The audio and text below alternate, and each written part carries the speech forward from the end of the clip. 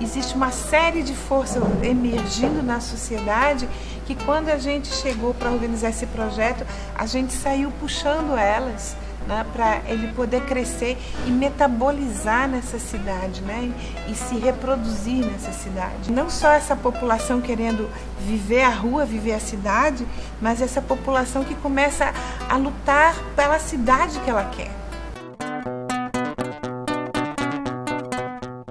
O entendimento que nós tivemos desde o início foi de que nós não poderíamos fazer esse parque com licitação, por exemplo, que é o modo tradicional, contratar um projeto de licitação. E aí a gente pensou na Universidade Federal de Pernambuco para ser nossa parceira na realização desse projeto. Se a gente pensar o território que a gente está pensando no parque, a gente pensa em 1/3 da cidade do Recife.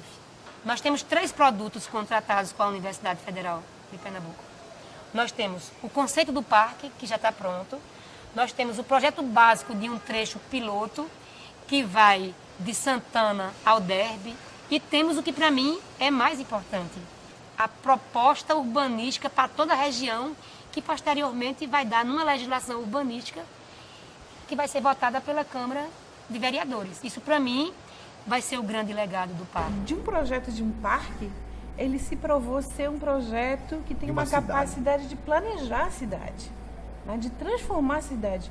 A gente pôde, de certa forma, saiu o projeto do Rio Capibaribe, que corta a cidade dele, emergiu um plano de estruturação de toda a cidade, tanto para um futuro curto, até 2020, que é transformar toda essa zona dele como uma zona parque, como de longo prazo, porque não transformar Recife numa cidade parque.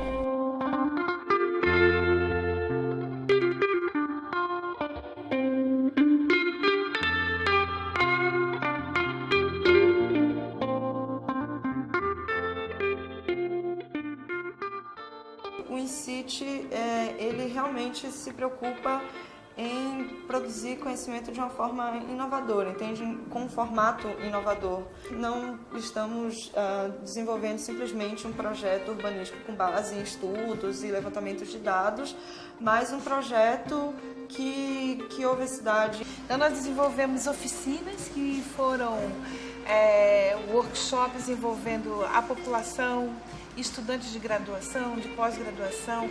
Fizemos praias, que foram eventos de prototipagem de soluções urbanas, uma série de debates chamado Provocações Urbanas, quando chamávamos técnicos renomados de conhecimento em várias áreas para perguntar, e aí, o que é que tem de novo nessa área, o que é que a gente pode aprender para aplicar no Rio Capibaribe. Fizemos eventos com moradores, eventos do Dia das Crianças, barqueatas, ouvindo populações que há muito tempo não são ouvidas.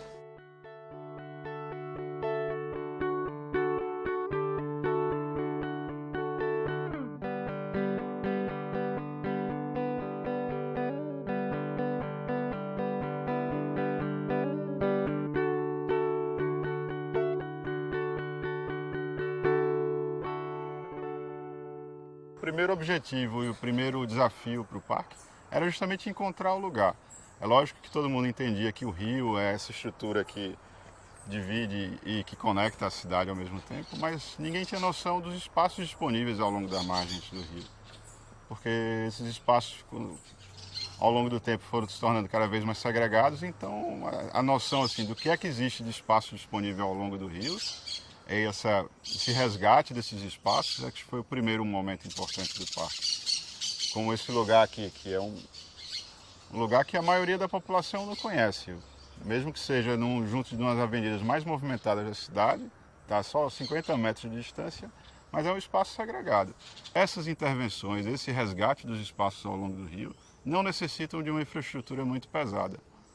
Esse aqui é um ponto emblemático, porque foi feito aqui, derrubou um muro, liberou o acesso, liberou a vista ao rio. Se você fizer uma melhora no piso e uma iluminação e integrar isso mais com as dinâmicas da cidade, você tem um espaço plenamente usável com baixíssimo investimento. O parque é pensado para ser feito em várias etapas, né, de necessidade dos habitantes, a disponibilidade de verbas, e então a coisa vai se costurando e vai se construindo de acordo com a apropriação da população.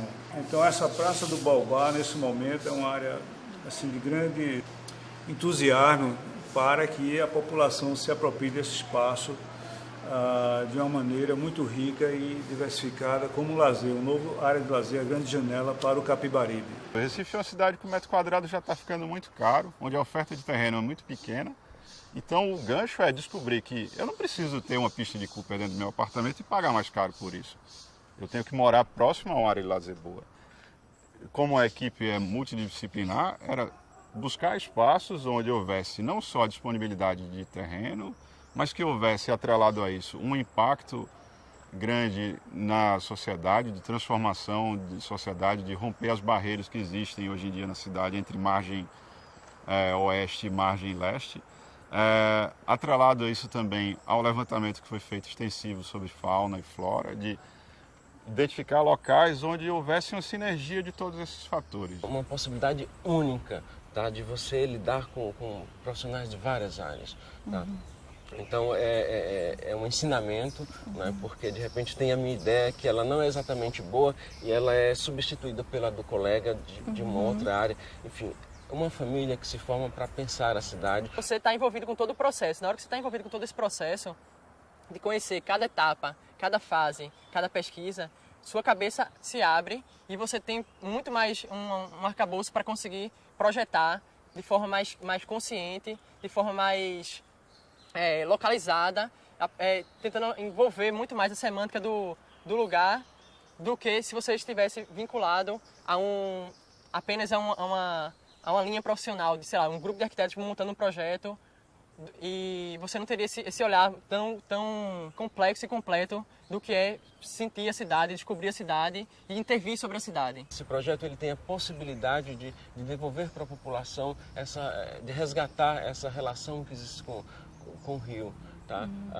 Fato, nós somos efetivamente ribeirinhos. Né? Ribeirinho não é somente aquele sujeito que mora ali numa condição meio difícil na beira do rio, mas são também todas as pessoas que moram nos seus grandes edifícios à beira do rio. Todo mundo é ribeirinho. Então esse é o pressuposto e eu acho que o projeto ele possibilita isso. Quando implantado, a médio e longo prazo, ele vai possibilitar esse resgate, esse reencontro das pessoas com o rio. Como chegar nesse parque? Então, quais são as vias que vão existir necessárias, verdes, para conectar esse parque com os outros parques da cidade, formatar essa zona parque? Então, vias diversas foram estudadas como forma de adaptar essa região. Depois, como atravessar uma região, um bairro com outro bairro que estava no lado oposto, né, da cidade, lado leste com oeste. Então, a partir daí, vimos também que é preciso criar novos espaços de reunião, que a gente chamou abraçar, janelas, praias, praças, parques complementares. Tudo isso é necessário para reforçar esse ambiente. E como quarto verbo, o verbo percorrer, que era percorrer em toda a margem, toda a proximidade desse rio. Foi também uma surpresa muito grande que a gente fez, porque viu que o rio estava vivo. Vivenciar o rio, você precisa de um diálogo intenso com as pessoas que já vivem aquele tecido espiritual ali, né, que é a margem do rio. Então, articular projetos desde como eu faço para navegar no rio de forma segura, fácil e divertida. Como articular uma série de travessias e vivências com a natureza, né, que está praticamente longe, né, dessa sociedade contemporânea. Para vocês, a linha do horizonte é o mar. No meu interior, a linha do horizonte é a Pedra do Claranã, que é uma pedra belíssima, que eu via do sítio onde eu nasci. Ele era a minha linha do horizonte. A minha linha do horizonte em Recife é o Velho Capiba, é o Capibaribe. É aquilo que você consegue ver, imaginar e imaginar o que tem para além de.